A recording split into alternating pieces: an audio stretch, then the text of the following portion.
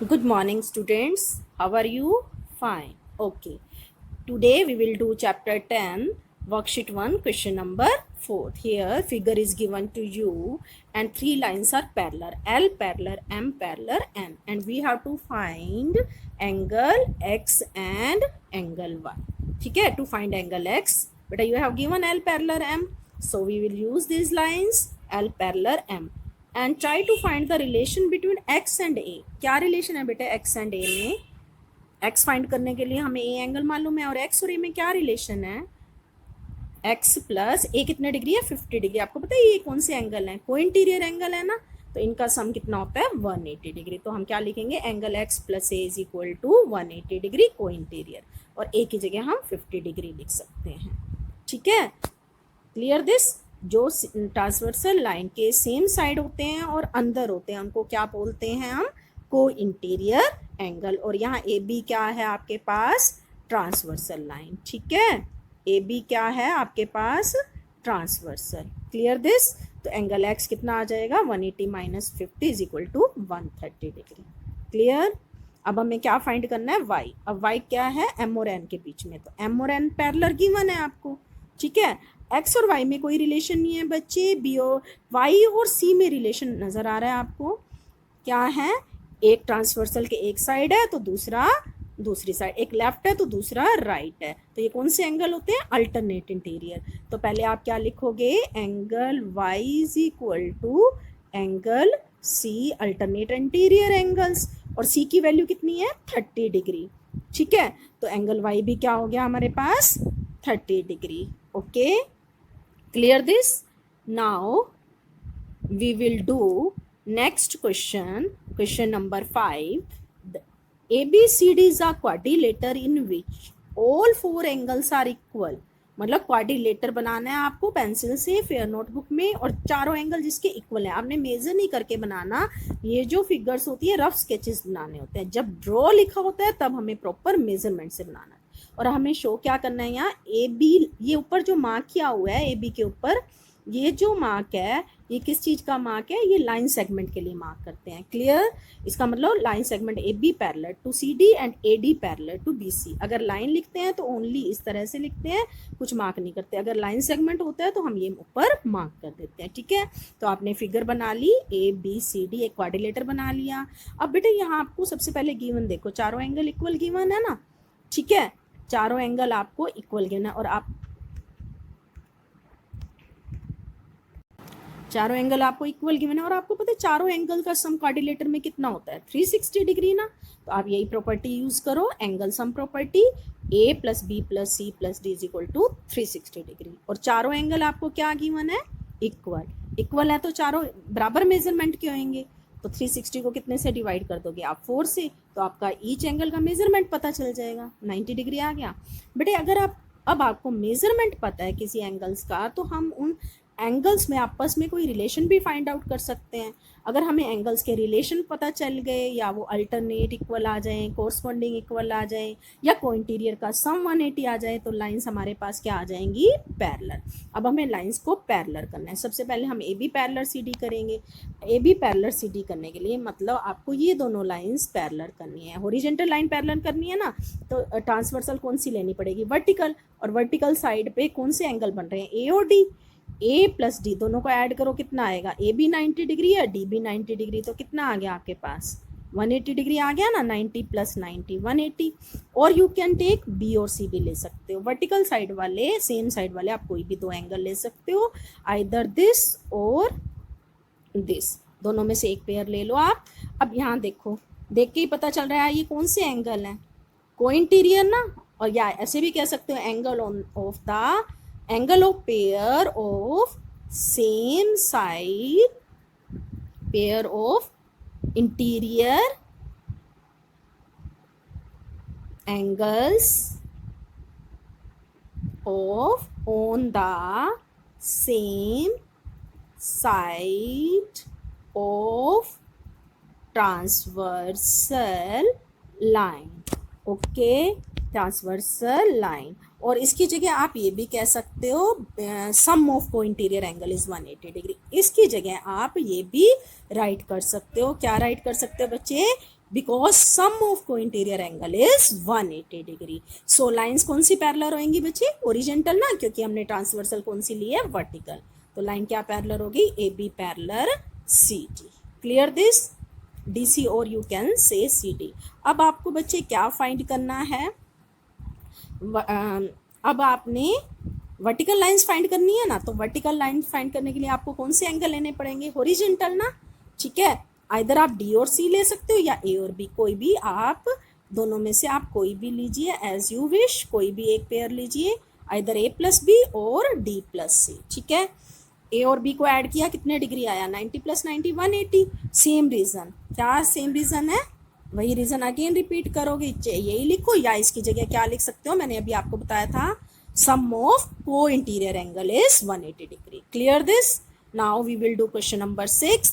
First, in this question, here we are given two angles are equal and two sides are equal. These two angles are equal and OC is equal to OD. First of all, we will write what is given. Angle BAO is equal to angle DCO.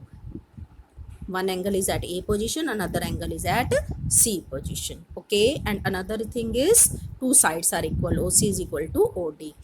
Given this, and now we will write, show that what is AB parallel to CD. These two things are very important. Okay, what is given and how and what do you want to prove? Now we will do the proof of this. We will write proof here. Okay, now we will write the things which are given. First thing is angles are given and second is sides are given. So we will write OC is equal to OD. Now we will use this first, OC is equal to OD. As you know, in any triangle, if two sides are equal, then opposite angles are also equal, as you have done in 7th class. Here OC is equal to OD. So OC के सामने कौन सा angle आएगा? D, और OD के सामने कौन सा एंगल आएगा? C. तो ये दोनों एंगल C और D भी इक्वल होंगे. तो एंगल का क्या नेम हो जाएगा? ODC. ODC and or you can write it as CDO. ठीक है, CDO भी लिख सकते हो. यानी D पॉइंट पे एंगल बन रहा है तो वो मिड में आना चाहिए, C पॉइंट पे एंगल बन रहा है तो वो मिड में आना चाहिए. जिस पॉइंट पे एंगल बनता है वो बिल्कुल मिड में होता है. 7th क्लास में हमने ये प्रॉपर्टी की थी ना, in triangle ABC if two sides are equal then opposite angles are equal. वहाँ क्या होता था? AB is equal to AC और हम क्या राइट करते थे? Angle C is equal to B और angle B is equal to C. और इस प्रॉपर्टी को हम क्या बोलते थे? Angle B is equal to angle C, sorry angle C. तो इस प्रॉपर्टी को हम क्या बोलते थे? Angle opposite to equal sides of triangle. यहाँ टू साइड्स इक्वल हैं तो इनके अपोजिट एंगल्स D और C इक्वल हो गए. और यहाँ हम ब्रैकेट में प्रॉपर्टी लिखेंगे, angles opposite to equal sides are equal. Equal sides of triangle भी लिख सकते हो, equal sides of triangle are equal. Clear? Now you can see here these two angles are equal and these two angles are already given. ठीक है, अब angle AC के equal है, CD के इक्वल है, तो ऑटोमेटिकली क्या हो जाएगा? A और D इक्वल हो जाएंगे ना. कैसे? देखो, आप ध्यान से देखो. हम ये अगेन राइट करेंगे, angle BAO is equal to DCO, और फिर आप देखोगे कैसे ये इक्वल हो जाएंगे. ठीक है, we will write it again. और आप ध्यान से ऑब्जर्व करो कि एंगल DCO, CDO भी DCO के इक्वल है, BAO भी DCO के इक्वल है. तो इट मीन्स ये दोनों भी आपस में क्या हो जाएंगे? इक्वल. A और D भी आपस में क्या इक्वल हो जाएंगे? क्योंकि ये दोनों आपस में इक्वल हैं तो इट मीन्स ये दोनों भी क्या हो जाएंगे? इक्वल हो जाएंगे. क्लियर? अब ये दोनों एंगल आपको देख के ही पता चल रहा है कौन से एंगल्स हैं. A और D. A और D कौन से एंगल्स हैं? आप इसको ध्यान से देखो. ये ट्रांसवर्सल लाइन है, ये एंगल और ये एंगल कौन से एंगल होते हैं? इंटीरियर. अंदर बन रहे हैं दोनों, तो क्या कहते हैं इनको? Alternate interior. A और D में क्या रिलेशन है? अल्टरनेट इंटीरियर ना. अगर अल्टरनेट इंटीरियर एंगल इक्वल है तो लाइंस क्या होती हैं? पैरेलल. मेजरमेंट ऑटोमेटिकली जब इक्वल आ गया तो इनका मेजरमेंट इक्वल ही है ना, तो इसका मतलब कौन सी लाइन पैरेलल होंगी, ये दोनों लाइंस पैरेलल हो जाएंगी। ठीक है, तो since angle pair of alternate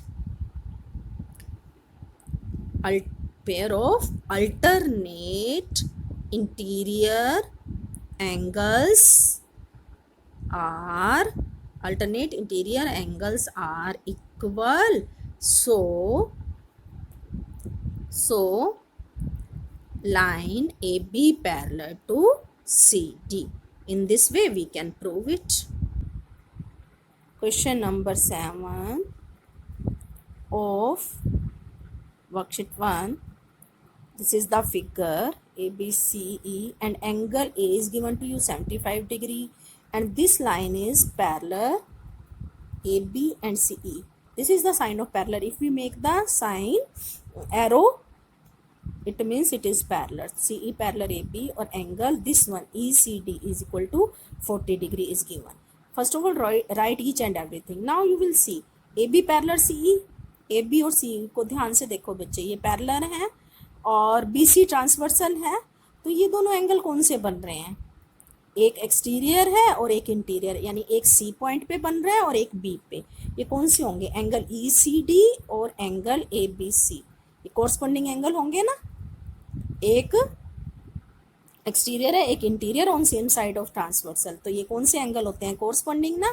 तो एंगल BB किसके इक्वल हो गया, एंगल ECD के, और ECD 40 डिग्री है तो एंगल BB क्या हो गया, 40 डिग्री। रीजन क्या लिखोगे, कोरस्पॉन्डिंग एंगल्स। ओके, कौन से एंगल्स हैं ये, कोरस्पॉन्डिंग एंगल्स, और कोरस्पॉन्डिंग एंगल्स इक्वल होते हैं इफ लाइंस आर पैरेलल। ठीक है, अब ये एंगल आपके पास पता चल गया और आपको कौन सा एंगल रह गया फाइंड करना, ACB ना।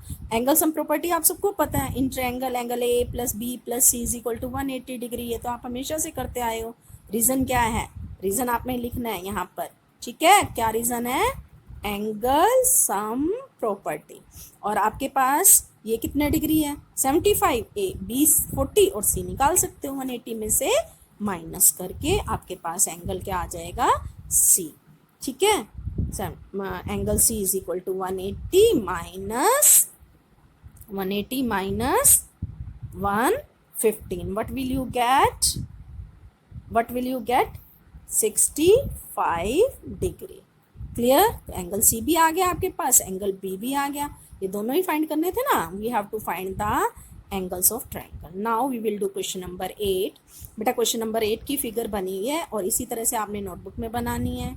आपको गिवन है L और M पैरेलल। क्या गिवन है बच्चे, L और M पैरेलल, ये दोनों लाइंस आपके पास पैरेलल हैं और आपको क्या फाइंड करना है, एक एंगल X फाइंड करना है, एक एंगल Y फाइंड करना है और एक एंगल Z फाइंड करना है। तो 1 बाय 1 हम फाइंड करेंगे। सबसे पहले आपको L पैरेलल M है। ठीक है, देखो बेटा X और ये 110 जो आपको गिवन है, इसमें कोई रिलेशन है, दिख रहा है ना कोई रिलेशन, क्या रिलेशन है, एंगल X और ये 110 वाला कोरस्पॉन्डिंग एंगल्स है ना, तो इसको आप नेम भी दे सकते हो। ठीक है, क्लियर दिस, इसको 1 2 3 ऐसे नेम भी दे सकते हो। तो angle X is equal to 110 degree. Reason क्या लिखोगे, रीजन क्या है बच्चे, कोरस्पॉन्डिंग एंगल्स। ठीक है, एक वो एक्सटीरियर है एक इंटीरियर है on same side of transversal, तो ये कौन से एंगल होते हैं, कोरस्पॉन्डिंग एंगल्स। तो इसके साथ आप ये भी साथ में राइट करोगे तो बेटर रहेगा, Q is a transversal, Q is a transversal line. ठीक है, अब हमें Z फाइंड करना है। बेटे X और Z में क्या रिलेशन है, यहाँ ध्यान से देखो, ये लीनियर पेयर है ना, तो लीनियर पेयर का सम कितना होता है 180 डिग्री। ठीक है, तो आपको X पता है 110, तो Z कितना हो जाएगा, Z फाइंड आउट कर सकते हो ना। In place of X you will put 110 plus Z is equal to 180 degree. So angle Z is equal to 180 minus 110, that is equal to 70 degree. ठीक है, ये भी अब आपके पास आ गया। अब आपके पास रह गया एंगल Y फाइंड करना। बेटे एंगल X, Z और Y में रिलेशन हम नहीं ले सकते क्योंकि हमारे पास ये लाइन ये P और Q पैरेलल नहीं है। अगर P और Q भी पैरेलल होती तो हम X और Y या Z और Y में भी रिलेशन ले सकते थे। ठीक है, रिलेशन है लेकिन इनमें इक्वलिटी नहीं है, ठीक है। अब हम क्या लेंगे, क्योंकि हमारे पास एल और एम पैरेलल है और पी ट्रांसवर्सल है और 40 और वाई में भी कोई रिलेशन नहीं है। सबसे पहले यहाँ मार्क कर लो एंगल 1, ठीक है। सबसे पहले आपने मार्क कर लिया 40 + 1 में क्या रिलेशन है, ये लीनियर पेयर है ना लीनियर पेयर। पहले एंगल 1 फाइंड आउट कर लिया हमने, ठीक है। एंगल 1 = 180 - 40, तो क्या आ गया हमारे पास 140 डिग्री। अब एंगल 1 हमारे पास 140 डिग्री आ गया। अब 1 और वाई में रिलेशन है ना, 1 और वाई में रिलेशन, ठीक है। इन दोनों में रिलेशन है हमारे पास।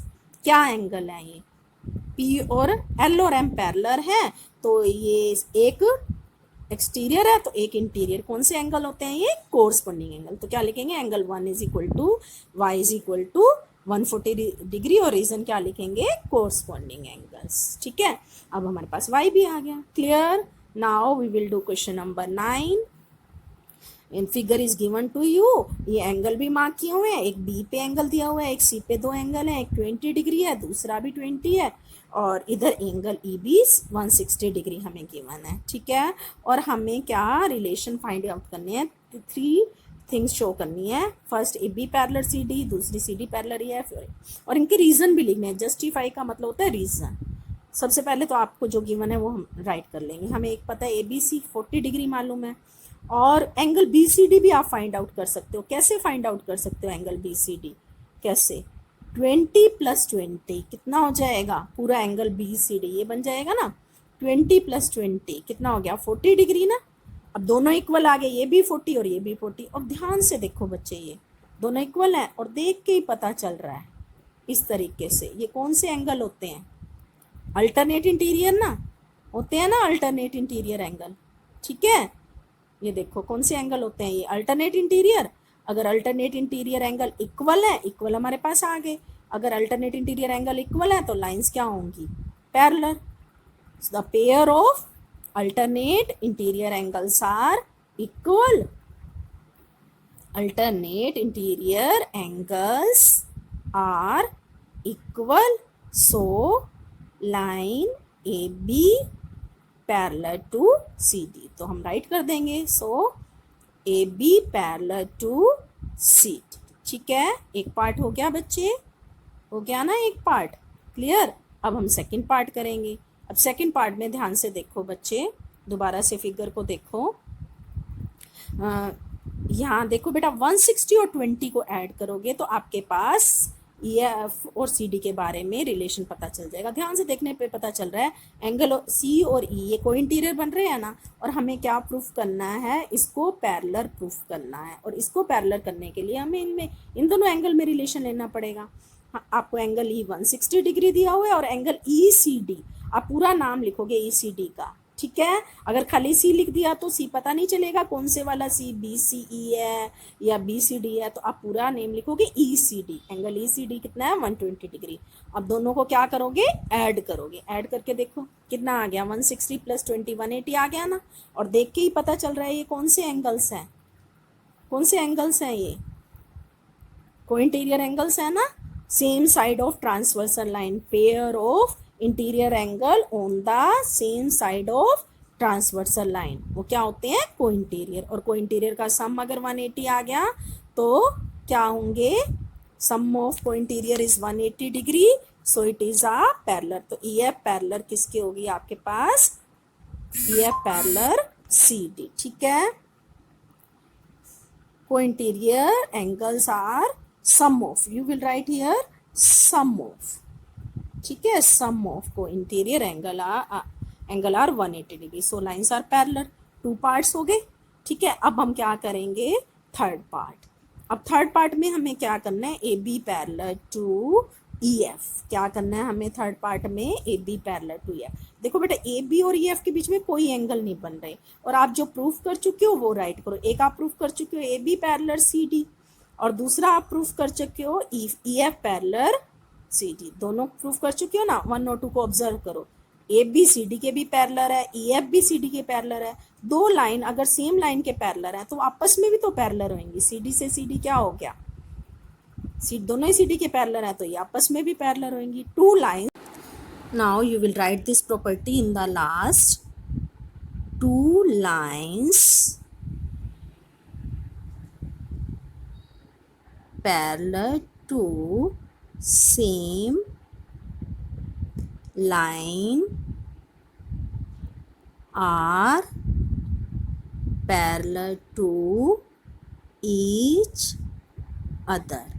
Okay, you will complete worksheet first in this way. Have a nice day.